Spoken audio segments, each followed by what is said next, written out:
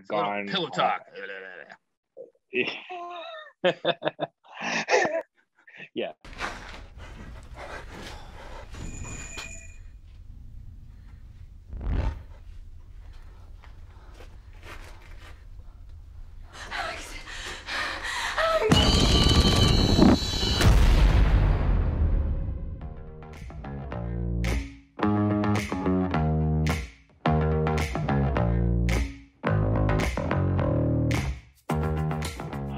Well, this is probably going to be another what if episode. You know, the one, what if Daredevil was even more fucked up? Because we're talking movies. We're talking Don't Breathe, starring Stephen Lang, Jane Levy, and Dylan Minot.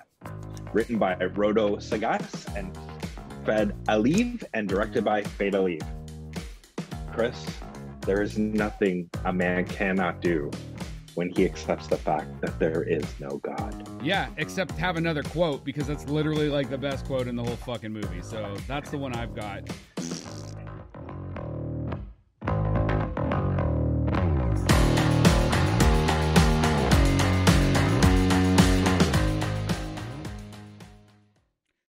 Hey everybody, and welcome to this week's episode of How'd You Like That Movie? Tonight we're talking about Don't Breathe from 2016. What would you call this, Scott? Horror, thriller, fucking garbage? What are we talking here? Before we start, I just want to do a quick aside first. Okay. You know, because Kris, as our listeners know, you directed a short film. I did. It was selected at a film festival. So, Kris, do you want to let everybody know about your participation award you got? It wasn't a participation award. There was only 5 awards, and there was like fucking 32 films. Fuck you. Yes, our film won Best Visual Storytelling at the KW Film Fest in 2021. So we're pretty stoked about that. So as I said in the post, I guess I know what I'm fucking talking about when it comes to movies, or at least I know how to make them. So anyway, on that topic, let's talk about a fucking movie that probably shouldn't have been made. Let's go. Like, to answer your question, I think this is more like it is a horror. I'd say it's more like suspense horror, like a claustrophobia kind of thing, like enclosed space kind of horror film, right? Basic. And to be honest, like, I think it was well done. Like, and that's the thing that I'm super interested, because I think we're going to get into like the director and everything like that, like, and watching this and then knowing as well kind of the journey you're starting with your kind of career, trying to get into being a director. You're kind of following his path with short films at rapid pace getting made, right? And then eventually I'm sure one of your films would get picked up by Sam Raimi too on a YouTube video and say, fuck it, let's go do Evil Dead.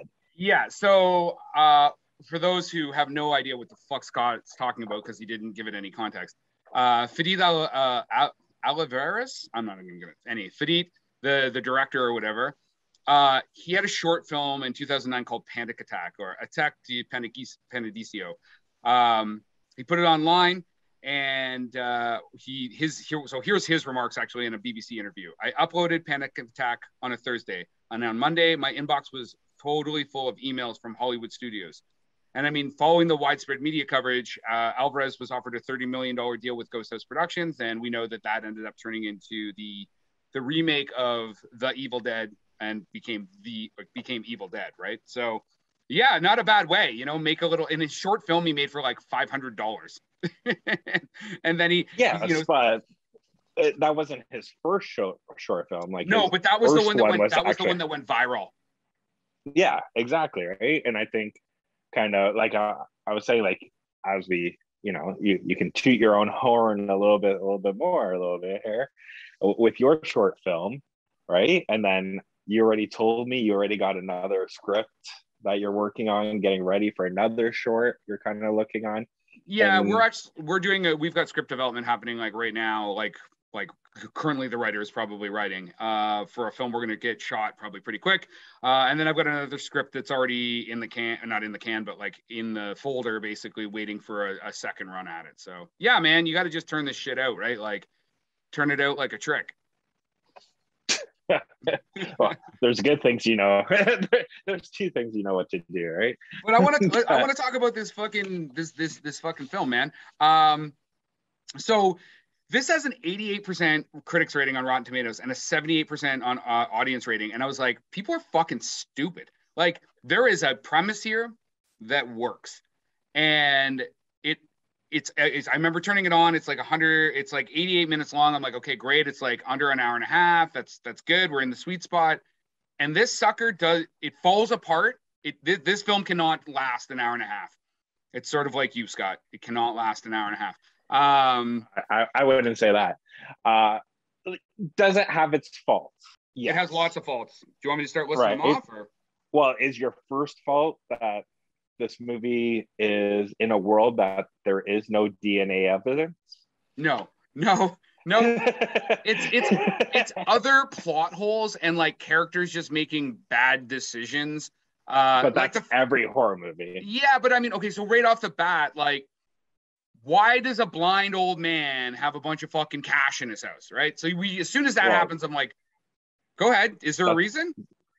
Yeah, because it was literally explained. It was not explained. Why is it cash in the house? Because he won the settlement. For the accident. His daughter. Yes. They don't come with a big suitcase full of money and give it to you that way, right? This guy is sitting on at least $300K. Like, well, if you get it in like a check. In this case, he might have got it into a check and then cashed it because he is. Why? Well, why? Okay, let's go with this, man. Tell me why this old man's got fucking living in a broken down house and he's got fucking 500,000 or whatever it ended up being, cash money. It was like $1 million or something. Yeah, cash money in a fucking safe. Let's go. Go ahead. I think what they did was it kind of went into the character base that he's blind. So it kind of put it. Yeah, blind people don't have bank accounts, right? But is it easier for somebody who clearly distrusts the system, as this character did in The Blind Man, right? And odds are, once you get to the twist at the end, you knew he needed a shit ton of money in which he can, just escape and not be traced, because he was How can he most fucking likely escape? He's blind. You just said, like, he can't go to the bank, but he can escape. Come on now. I get what you're trying to do, but you're grasping at fucking straws here. But okay, let's go. Okay, so literally, we'll spoil this.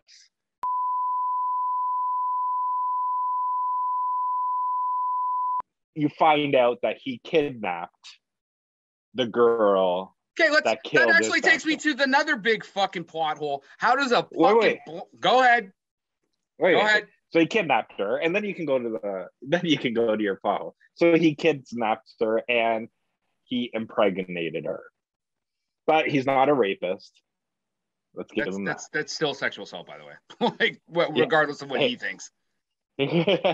But so let's say if those people never broke into the house, odds are in 6 months she would have had the baby, and he was like, you would have your life back. So he would need to be out of that fucking house, because the minute she leaves, it's like, for the last 10 months I've been locked in a basement. Sure, but I mean, that actually takes us to the next fucking problem. How did a blind man kidnap a fucking full-grown woman? He is blind, but he's not. I think what they did well is, he has a handicap, but he doesn't let that handicap define him. Okay, but right? Scott, he's still.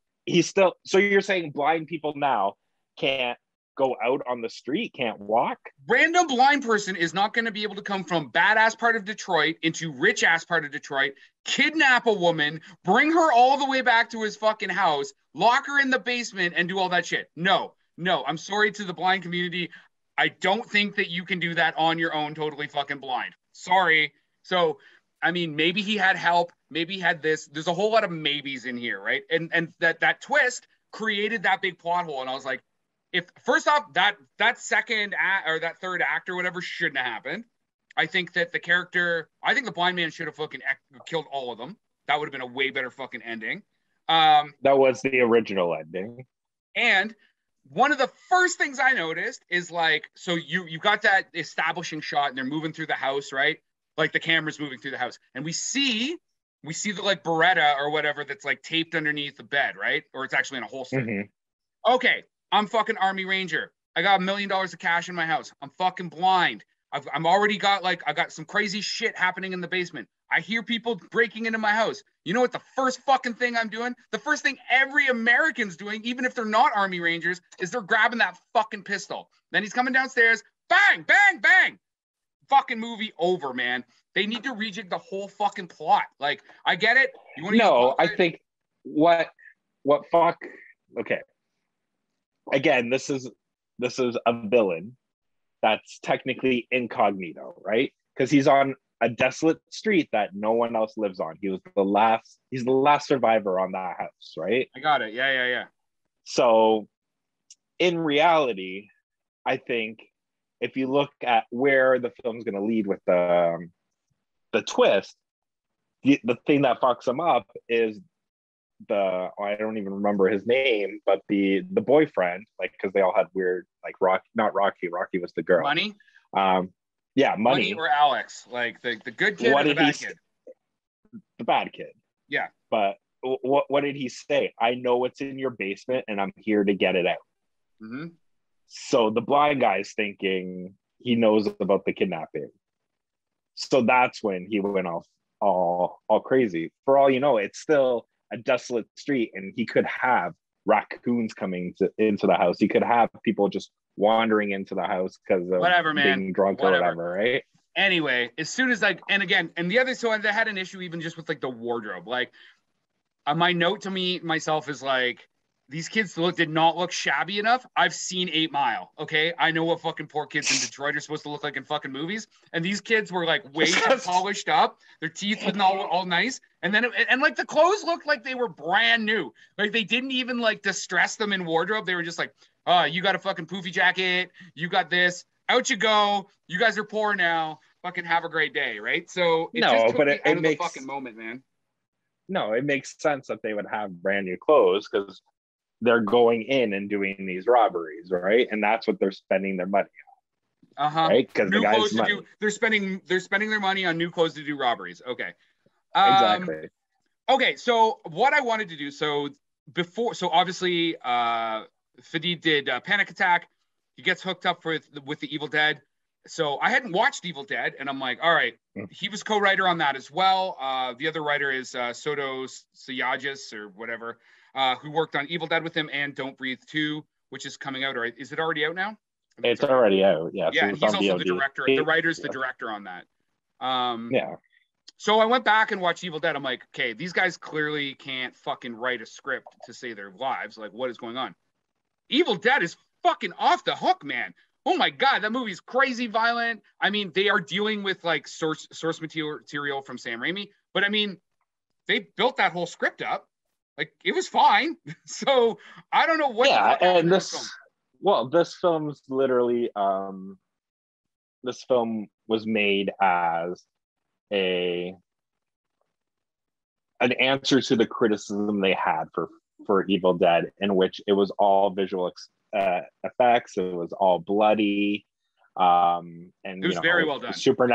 It's supernatural tropes. So they literally took this film next, right, and then they turned it on its head. So it's not bloody at all.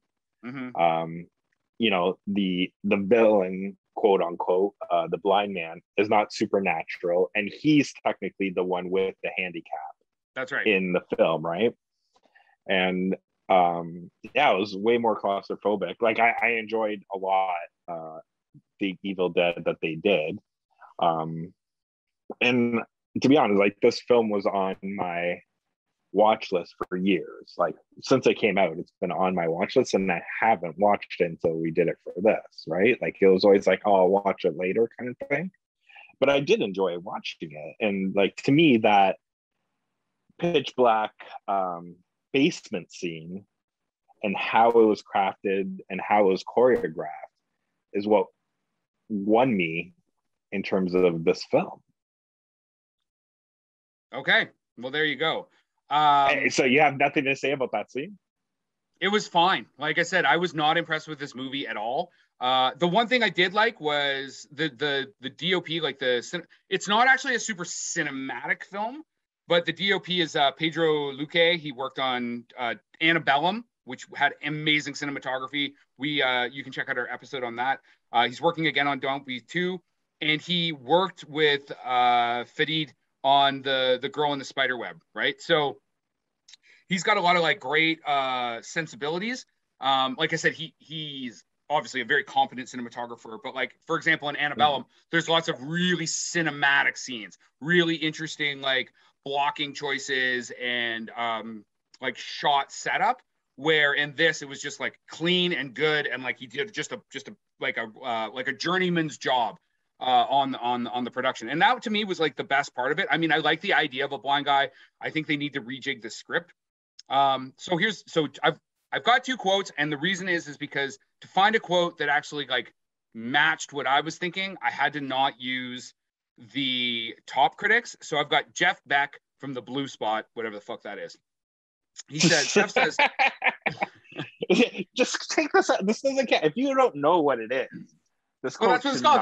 That's what it was listed as. So he says, Don't Breathe shows once again that Alvarez is a competent filmmaker when it comes to directing. But thanks to a script riddled with plot holes and idiotic characters, it's clear that he and Saguis still have a lot of work to do when it comes to writing. And I was like, yep, 100%. And then Wendy Id of the UK Observer, that is the top critic in a top critic classification, she says, it's hard to care much what happens to any of these highly unsympathetic characters. I was like, that's also true as well. Yeah, man. Yeah, and I think, like, from what you're saying in terms of the writing, I think the writing went well, but I think that was the problem. At the first 40 minutes of this film, the people that are technically supposed to be the antagonists of the film, not one of them, well, one of them is likable. Mm-hmm. You know, the puppy boy trying, you know, the guy that's in the friend zone, and he's trying to get himself out of the friend zone, right? But the other two characters you really don't care about, right? Like even putting in the, you know, the subplot of, is it daughter, is it sister, like who the young girl is that she wants to take away with, because that was never really stated, right? Do you know? Was it, because I'm assuming it's her sister, right? What, the youngest girl? I assumed it was her sister. You know what I mean? Yes, that's exactly what I just said. Thanks for pretending to listen. That was a good pretending to listen. If you guys want, just go onto our YouTube video and you can literally watch Kris not pay attention and then being like the teacher asking him a question and just like off the top of his head, like trying to remember the last word that was said and repeating it. Go ahead. I mean, like I said, like I thought the plot holes, like it pulled it apart. The acting was fine. The dialogue is fucking not fantastic. And this you can't just fix with like shortening it, because you're already dealing with like a bit of a short film, unless you were going to do just the short film. I tried to think of ways I would make this different, and like maybe they're just like kids that break into a house and then they find out that there's like a blind dude who's living there, and then he just kills them all. Like just goes bare bones like that. Like take out some of the subplots and then just cleans it up a bit. That said, I think that Stephen Lang, the guy who played the blind man, he did fucking awesome. He did a great job. I mean, he's got a Tony nod. He's going to be in Don't Breathe 2 because it's basically about him. He was in the original Manhunter, which is a remake, or which was remade as Red Dragon with like Hannibal Lecter and stuff. He's in Gettysburg, Gods and Generals, Public Enemies, and Avatar 1 through 3. So this guy always plays like old grizzly like military officers. That's like he's typecast in that fucking role or whatever. So he played like the bad commander in Avatar. Yeah. Now the one thing am interested in the sequel. After watching this, I am interested in watching the sequel because just watching the trailer for the sequel, they're literally going the T2 route. Yes. He is now the T800, where he's the bad guy in the first film, and now he's fucking Liam Neeson and Taken. Yeah, he's gonna be taking out like gang members and shit like that, right? So yeah, so he's like the good guy now, right? So I am interested in how they will technically redeem this kidnapper, murderer, rapist. Yeah, in a second film. And I mean, maybe they'll do a script polish. So this movie made, but just before I even talk about that, this might as well have been made by Blumhouse, right? Because they made it for fucking $10 million and it did 160 in the fucking box office, right? Like that is like cha-ching. I think Evil Dead did well as well, but it had like a 30 or 40 million dollar budget, right? So yeah, this film was half the budget. So literally the studio kind of left him alone to let him make his own film. And then he made like a fucking treasure chest of money for them. You know what I mean? Yeah, but I think that in and about itself as well is the audience's craving for original IP, original stories, right? Sure. Like, because there's only so many remakes you can see, so many sequels you can see.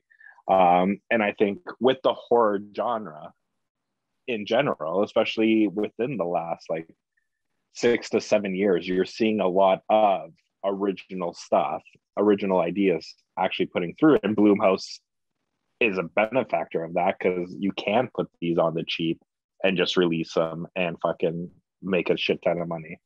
Yeah, I mean horror movies have always been probably one of the most barrier-free entry, other than maybe porn, into the film industry. Like when you think of like John Carpenter and stuff like that, and going back to like George R. Romero and even Cronenberg and stuff, like making thrillers and horror movies gets you a foot in the door. You can usually make them fairly inexpensively, and then just making a profit, it shows the studio, hey, like I know what the fuck I'm doing over here. And I mean, studios like to make money. That's kind of what they're in the game for, right? The other thing is I feel like this would have done it still, even though I have a big screen, it doesn't translate as well from the truly big screen to the small screen. And the same thing with the Evil Dead that he did.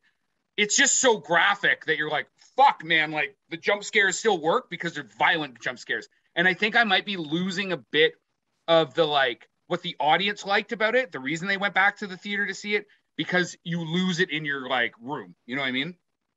Mm-hmm. Yeah, I get it. I watched Evil Dead in theaters because obviously we don't talk about it a lot on the pod, but I love that franchise. With Sam Raimi and Bruce Campbell and stuff like that. Bruce Campbell, yeah, and I've gone pillow talk. Yes, Army of Darkness. That's good. But since you did a quote, I'll give you a little piece of trivia that you might find interesting.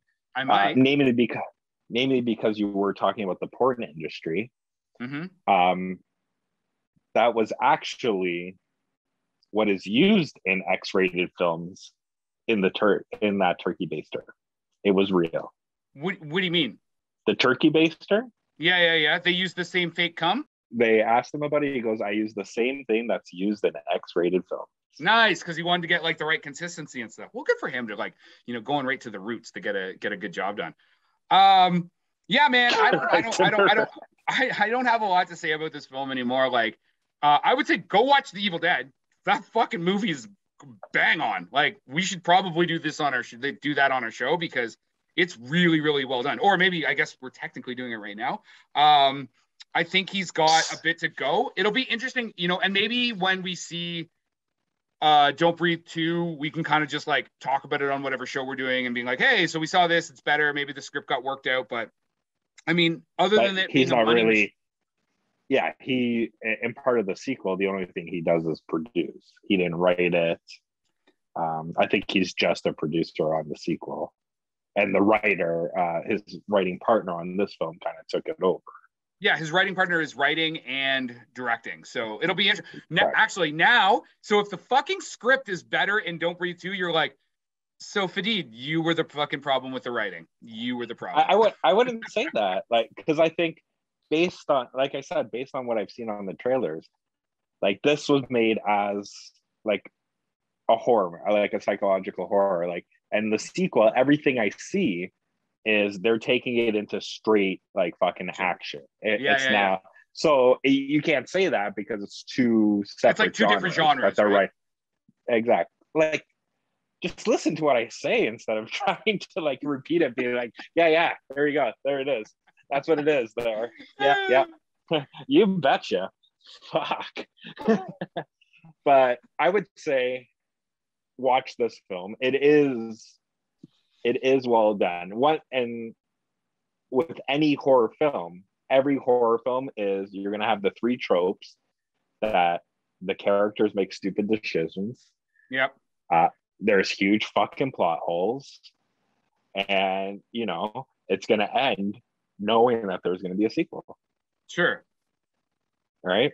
The only criticisms I have about this film is, one, like how you're saying, like in terms of the writing, and I think at the beginning to make these characters so unlikable, like that first robbery scene is what I was saying, like there's literally a world with no DNA because the money guy is there to just break shit and come on shit.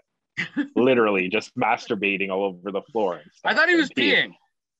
No, I think he was masturbating. Oh, okay. I mean, you can always go back and check and see, Yeah, well, it kind of ties to the end, right? Like what happens. But that, and then the other thing is in terms of the last scene of this film, right? When she's in the train station, finds out like he survived, and then it's just her walking to the train. It's like they cut it out too early because I was 100% expecting it to continue because she doesn't even get on the bus. It's just her walking, and then it kind of pans, like the crane shot kind of pans down, so it's like view now, like the camera's right behind her. And I'm pretty sure I couldn't find it because when I rented it, I didn't have online, didn't have the special features, but I'm pretty sure it literally ends with the camera panning and the blind man being there, but they cut it out. Because that's fucking stupid too. That's what I thought was going to happen, is the fucking blind dude was going to show up at the train. I'll be like, come on. How the fuck does that, like, there's no way for him to know that information. Anyway, whatever. I fucking said my piece about this fucking movie. Don't watch this movie. It is a fucking do waste watch it. No, you have to.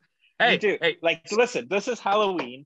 This is our Halloween season. It's a horror movie. And, you do watch it because there's one thing. I know you won an award, right? You're award-winning director, Kris Langford. But I think there's one thing that if people go through our back catalog, in terms of taste, I have the good taste. And you have the unknown taste. It's like you have COVID and you lost your taste. You kind of, and this episode is 100% a testament to that. It's like you kind of talk like you know what you're talking about, but then you just repeat what I say in a different tone.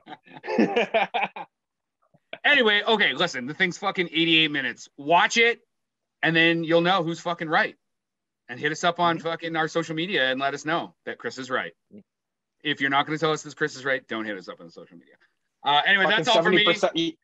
Go ahead. You already proved it. I was going to say, you already proved with Rotten Tomatoes. 77% of the audience enjoy this film. Anyway, that's all for me.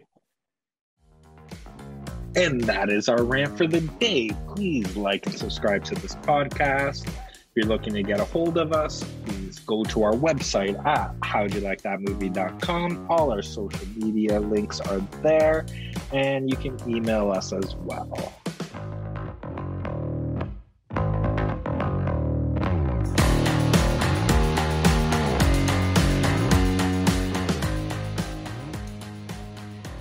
Man, I hate having to watch fucking bad movies. I wouldn't say it was bad though. That's the thing. Like this to me, it's not like an A movie, but it's a definitely enjoyable B movie, right? But it wasn't B movie enough to be enjoyable as a B movie. It was a B movie trying to be an A movie, right? Like, yeah, I don't know why the plot hole, like right off the beginning, I was like, that's what they're gonna do. Production by Rod Shaver, Vader Monkey Productions.